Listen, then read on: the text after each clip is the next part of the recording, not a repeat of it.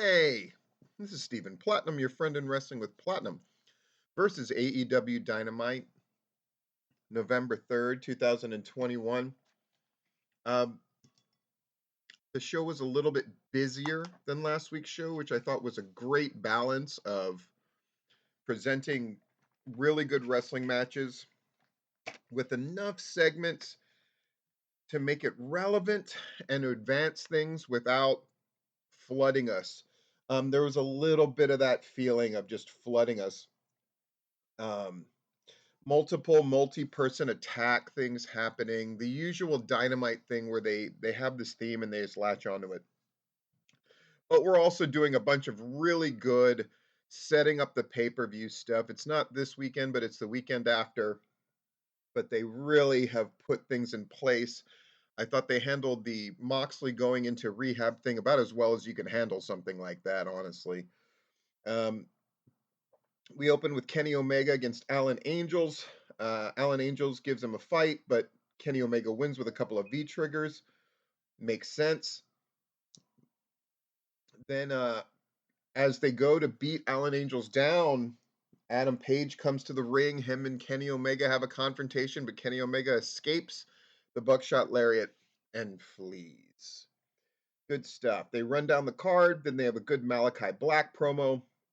He's apparently been barred at ringside for the Andrade Cody Rhodes match happening, but promises that they'll have, uh, you know, he has a lot of enemies, and Cody does, so there'll be somebody else there.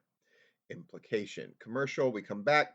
CM Punk cuts a great promo about Moxley, and then also about how he's going to confront Eddie Kingston and demand an apology on Friday. Really good stuff here.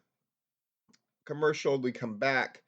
We're gonna have less wrestling matches tonight. That's clear. I think we're gonna, on most Dynamites they do 6. It's clear we're gonna have 5 um, already because we're already getting into. They only had 2 matches in the first hour and a bunch of segments. I'm not saying that's necessarily a bad thing. Bucks and Adam Cole are speaking. Christian comes out to confront them. Then Luchasaurus backs him up. Big fight ensues. Big dive by Jungle Boy when he gets into it. And then they do a concerto to Adam Cole, which felt a little problematic to me. I don't know how I felt about that. Is what it is, I suppose. Are they setting up some kind of multi-person tag thing for Full Gear? They already have a couple of those going on. I don't know. I don't know. Statlander and Ruby Soho have a segment about their semi-final match for the women's tournament for the first TBS Women's Champion. Really cool. I thought this was really well done. Second match, Aerostar and Samurai del Sol challenging for those AAA Mexican tag titles held by FTR. A very good match. I really liked it because Aerostar and Samurai del Sol did not wrestle like American wrestlers. They really had that strong lucha vibe. And it was really cool to see them contrast with FTR, who win reversing a roll up and holding onto the rope.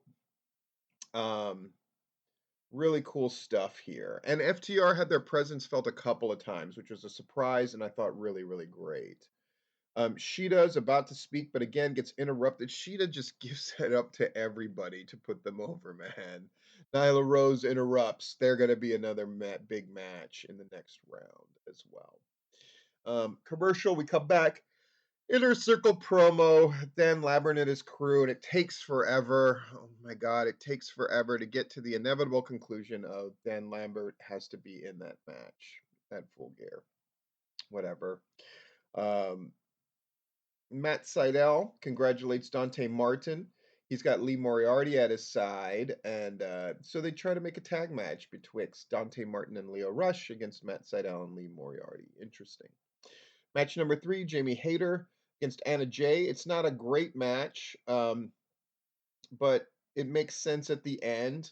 Everybody's out there to help Jamie Hayter, and so she lands her lariat on Anna Jay. They go to beat her down. Tay Conti and Thunder Rosa show up. So we're setting up that 6-person confrontation and also the Tay Conti Britt Baker match at Full Gear. Cool. Jade cuts a promo. Typical Jade stuff. Yeah, that word bitch gets used a lot. MJF cuts a promo. Lots of people get involved. His crew gets involved. Sting and a bunch of backups and masks get involved.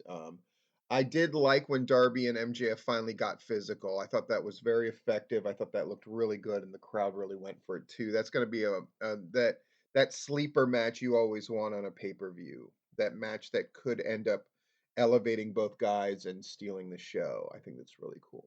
Match number 4 is the best match of the card, though the main was very good as well, I thought. But Andrade Cody Rhodes really, I even tweeted about this. Andrade has really hit his stride.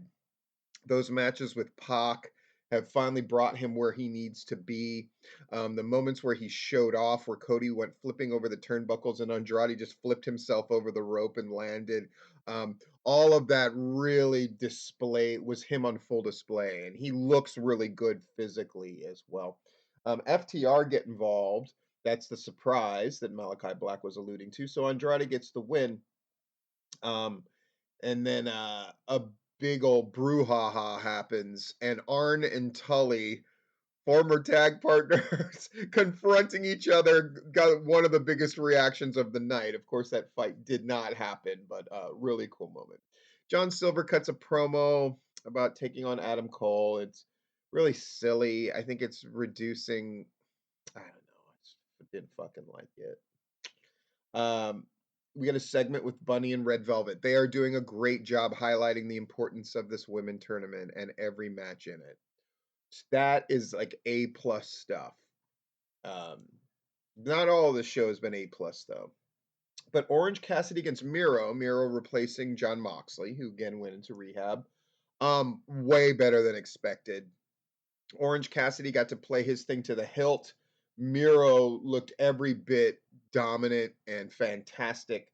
Miro ends up winning, and so it's going to be he and Bryan Danielson at Full Gear, and Bryan Danielson comes out to confront him.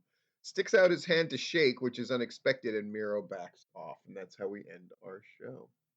Really good stuff, really interesting stuff. And again, a show booked from strength, not from weakness. Even when something major happens, like Mox not being there, they address it headlong, and I think they're better for it.